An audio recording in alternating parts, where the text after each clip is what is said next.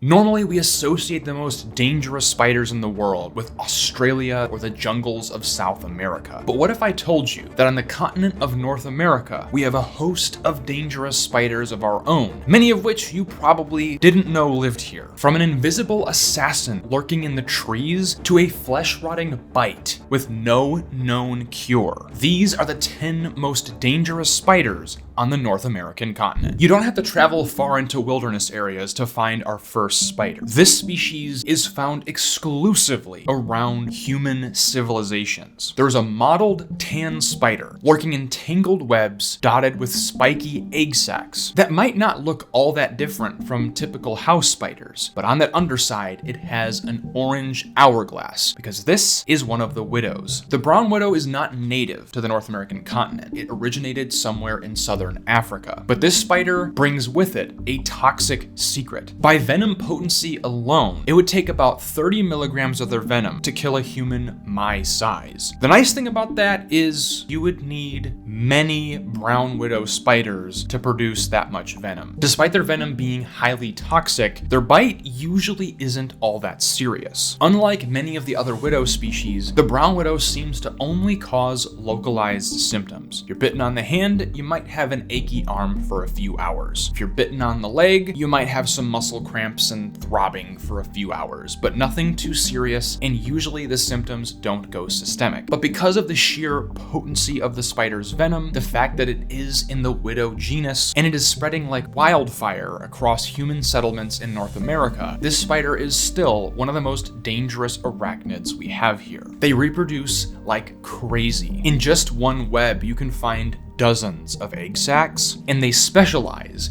in hunting other spiders. The greatest threat the brown widow poses isn't to us in a bite, but actually to the native biodiversity of North America. There are few spiders that I would actually label as truly problematic, but this is one of them. Our next spider is restricted to the rainforests of Central America, specifically the mountain rainforests of Panama. While there are some reports of this spider from the Caribbean, the only verifiable observations I can find on the North American plate are from Panamanian rainforests. Lurking in the rocky cliffsides is a brightly colored spider with a relatively skinny build. They look almost like a scrawny tarantula with really long spinnerets on their abdomen. These spiders are known as the Colombian funnel webs from the genus Linothele, and their name isn't a lie either. These spiders are megalomorphs, and they are close relatives of the Australian funnel webs. And with how poorly understood these spiders are, their venom is equally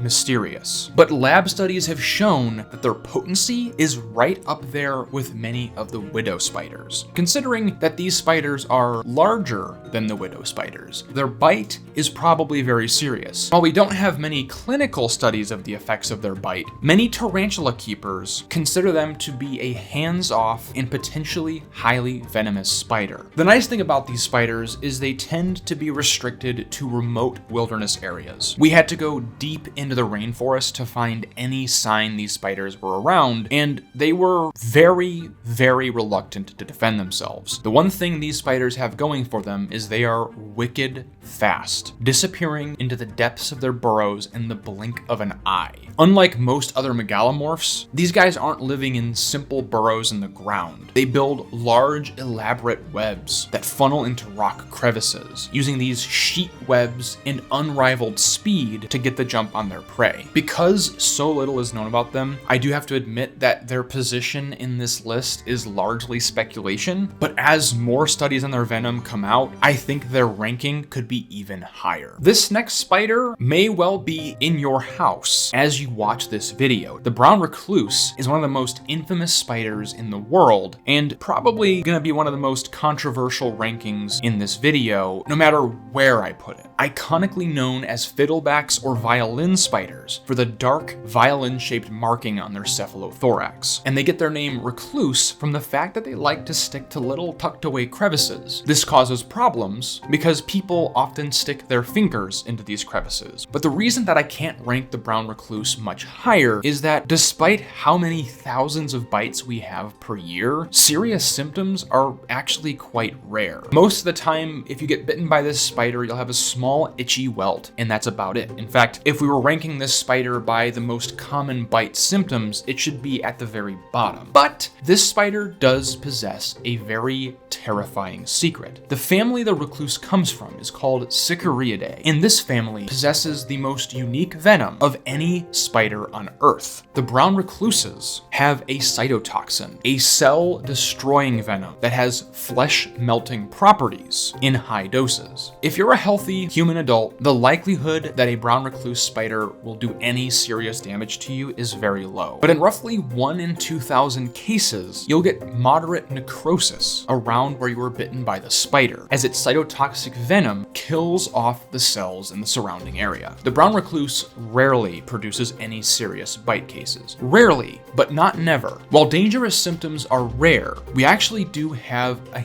handful of confirmed human kills to this spider in modern medical history. And what's interesting is it's not the necrosis that kills you, it's if the venom goes systemic. Everything in you is made of cells, and the brown recluse venom does not discriminate. Heading back into the rainforests of Central America, we have a small to medium-sized, stocky little spider that lurks deep in trapdoor-covered burrows. But this is not your typical trapdoor spider. It turns out that the Colombian funnel web is not the only relative of the Australian funnel web found in North America, and it's not even the closest relative. What you're looking at right here is Actinopus robustus, a spider with no common name, but from a family called Actinopodidae. If we look at the family tree of the megalomorphs, look at this sister family to the funnel webs. These are the mouse spiders. They're best known from some of the larger species from Australia, but what's interesting is they're part of what is known as the venom clade,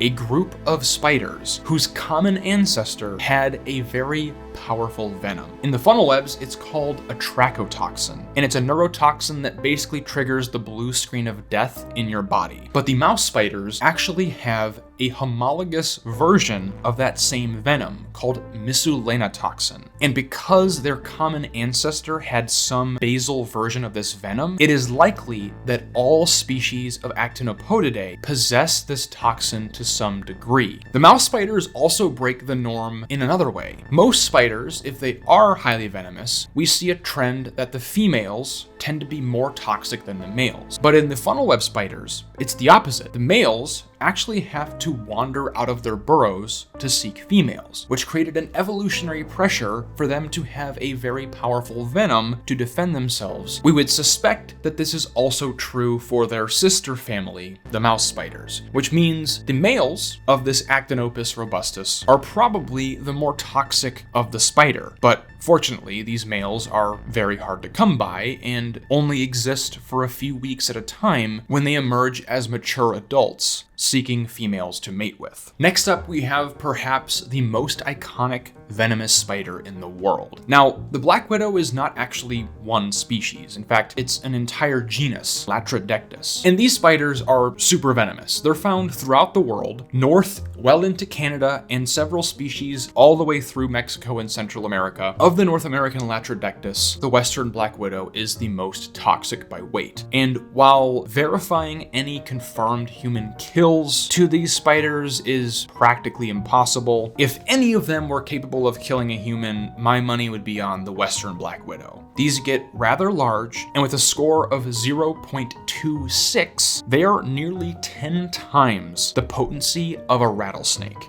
And what's interesting is, the most dangerous component of their venom doesn't seem to be for their prey at all. The black widows are armed with a neurotoxin called alpha-latrotoxin. This alpha-latrotoxin is so toxic that it would take an amount of venom the size of an amoeba to kill you. Fortunately for us, their venom is not pure alpha-latrotoxin. It's a whole cocktail of different things. But this latrotoxin is really neat because it seems to be evolved entirely as a defense against vertebrate predators. Their venom is an excitatory neurotoxin. It basically causes your nerves to overfire, creating systemic body aches, muscle spasms, and generalized pain. I grew up hearing that the hourglass was a warning that if you're bitten by this spider, you only have an hour to live. And while that's not true at all, in fact, again, these aren't even really a deadly spider, that hourglass is a warning. A predator who's rooting around in their environment will oftentimes see the underside of the spider first, that bright red hourglass on a jet black body staring right at them. And that's a warning that this spider is highly venomous. If the predator heeds that warning, it will never feel the excruciating bite of the widow. But if it doesn't heed the warning, it's in for a very rough time. The bite might not kill you, but for 12 to 72 hours, you'll be wishing it had. And the spiders get even gnarlier from here. But if you're enjoying learning about these extreme spiders, and you want to discover more of the secrets of the natural world, how some of the world's most venomous, most unusual, or otherwise most unique wildlife have adapted to survive some of the weirdest habitats on Earth, consider subscribing to the channel. We're taking a look at spiders, insects, reptiles, and other creepy crawlies to see just how rich and fascinating a place to live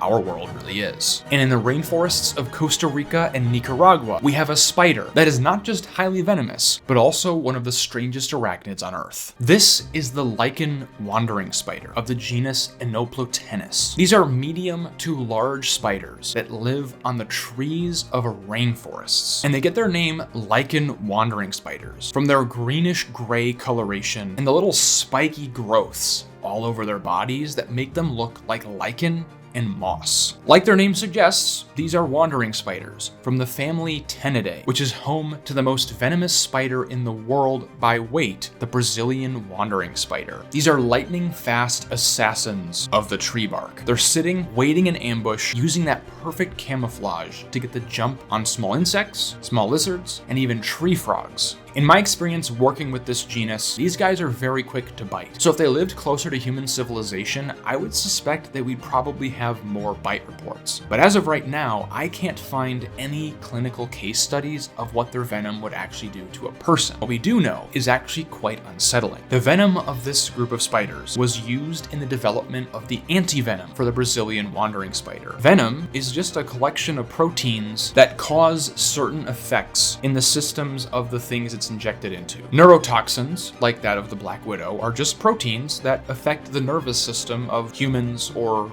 insect prey. When antivenoms are being made, we're basically just creating antibodies for the proteins that are in the venom. So, if this spider's venom was useful in creating antibodies that can be used against Brazilian wandering spiders, that means that the proteins in this spider's venom are probably very similar to that of the Brazilian wandering spider. These lichen wandering spiders are considerably smaller, so I can't imagine the bite would be as bad as the real deal. But it would probably cause extreme pain, heart palpitations, disorientation, and if you're a guy, priapism, which thankfully I don't know from experience, but is quite unpleasant. What if I told you that we had sand spiders in North America? I'm talking about proper six-eyed sand spiders. You'd probably say, no, that's crazy. They're not in North America. Surely not. And for the most part, you'd be right. But it turns out there is a very rare species of spider found throughout the Central American isthmus known as Sicarius rugosus that has traded the desert sands for the leaf litter of coastal dry forest. The six-eyed sand spiders are in the same family as the brown recluses, Sicariidae. But what makes them interesting is the fact that they are larger, and many of them have a more potent version of the typical recluse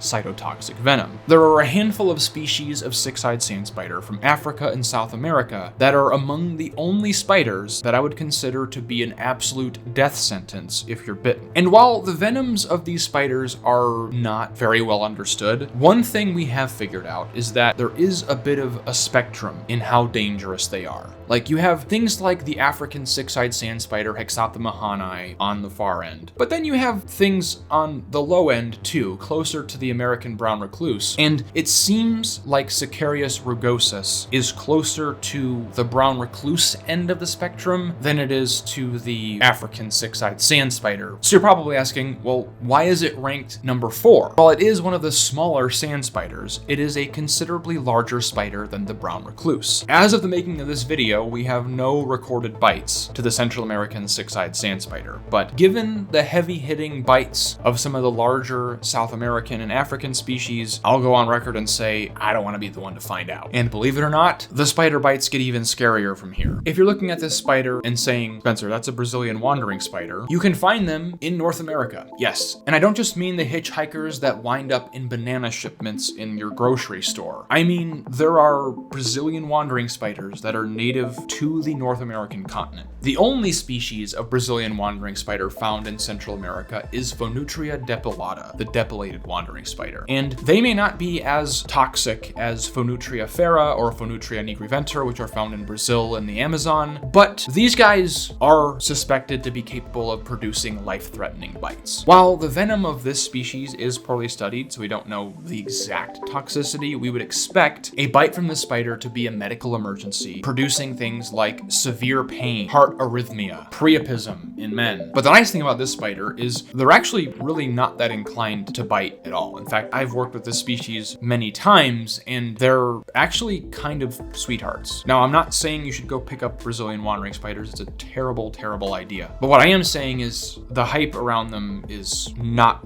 really all that true. Unlike many other spiders, the Brazilian wandering spiders are actually quite intelligent. They're not lurking in cover webs or burrows for their entire lives. They live a nomadic, active hunting lifestyle. It's where they get the name wandering spider from. And when you're hunting in 3 dimensions in extremely biodiverse, competitive landscapes like the rainforest, you have to be shrewd to actually survive. Everything is trying to eat you, and everything that you eat is trying desperately to avoid being eaten, which comes with the necessity for a very powerful venom if venom is the thing you're using to subdue your prey. You need to make sure that it's dead quick, and you need to make sure that you can defend yourself well from the things that want to eat you. These selective pressures have pushed wandering spider venom to be among the most potent of any arachnid. This next spider is not native to North America, but like the brown widow, it was brought to this continent by people. And unlike the brown widow, it is among the most dangerous spiders on Earth, not just the North American continent. This is the Chilean recluse. As far as we can tell, these spiders only exist in metropolitan areas of Southern California and Southern Florida. But these aren't just incidental hitchhikers, like Brazilian wandering spiders on bananas. There are small, isolated breeding populations. Now, identifying this spider is kind of difficult because, I mean, look at this thing next to a regular brown recluse. With a lot of these recluse spiders, there's over 100 different species worldwide, and they all look very similar to each other. Now, in the cities of South Florida and Southern California, there aren't any native endemic recluse species, so it's very possible if you find one in your house or your apartment that it might be a Chilean recluse. And these guys are actually pretty gnarly. The Chilean recluse is essentially everything the brown recluse wishes it was. Where brown recluses produce bad bites in like 1 out of every 2,000 or so cases, with the Chilean recluse it causes symptoms in about 50% of cases, where your skin gets all necrotized and sometimes even rots off. The bright side is if you get necrosis from a recluse bite, you're probably in the clear because it's not the necrosis that kills you. If venom is able to get into your system and circulate, it can actually spread through your body in a matter of minutes. And if the venom is able to affect your organs, you develop a condition that is called viscerocutaneous loxoscelism. What it basically means is venom from a loxosceles spider, a recluse, has gone into your system, into your visceral organs, and it's destroying your cells, eventually causing multi-system organ failure. Coming out of the cities and into the rocky canyons of Arizona, we have what is probably the most dangerous spider to be bitten by on the entire North American continent. This is another one of the brown recluses. Yes, like I said, there's over 100 of them, and in the US alone, we have 11 different species. But not all recluses are created equal. You have things like the common brown recluse, which is almost harmless, and things like the Chilean recluse, which are super, super dangerous. Unlike typical toxicity measurement that we see in spiders and snakes, venom of the recluse and sand spiders acts very strange. Their primary toxin is called phospholipase D, and it's a cytotoxin that eats away at the membranes of cells. A study from the lab of Greta Binford analyzed the venoms of many different species of both recluse and sand spider, and found that the biggest explanation for why some of these spiders are lethal and some of these spiders are not is actually that this phospholipase D enzyme has differing levels of activity, how fast it actually eats through cell membranes from species to species. You have the low end, the baseline, things like your typical common brown recluse, but the spiders that had the highest level of activity were species like the Chilean recluse, the African six-eyed sand spider, and interestingly, a relatively obscure desert-dwelling recluse spider called Loxosceles arizonica, which is found pretty much in the desert canyons of southeastern Arizona. These guys are very common in the canyons they live in, but getting to those canyons is not exactly an easy feat. The reason that I rank this spider as the most dangerous of all the North American spiders is due to the high activity level of its venom, and the lack of effective anti-venom suggests that if you are going to see symptoms from one of these spider bites, it could be very dangerous very fast. But at the end of the day, even the most dangerous of the spiders here in North America don't want to use that venom on us. I like to say that they're simple creatures just trying to make their way in the universe. They want to exist in their secret world, in the wilderness areas that they call home, staying out of sight, minding their own business. Conflict happens when we move into their habitat and antagonize these spiders. An important thing to remember is this continent belonged to the spiders long before humans were ever here. And while these spider bites are certainly pretty unsettling, there's a reason why I'm not very afraid of these arachnids. Fewer than 100 people have died to spider bites in modern history. In fact, spider bite deaths are so rare that there isn't even a typical deaths per year number to spiders. They might be creepy looking, but they're far from the most terrifying arthropod that lives on the North American continent. It's actually this thing. This insect is responsible for over 10,000 deaths per year. And the way it kills you is a heck of a lot more terrifying than the bite of any spider. If you want to learn about the unsettling world of the kissing bug, check out this video right here. Hope to see you there, but until next time, don't forget to get outside and find your own adventure.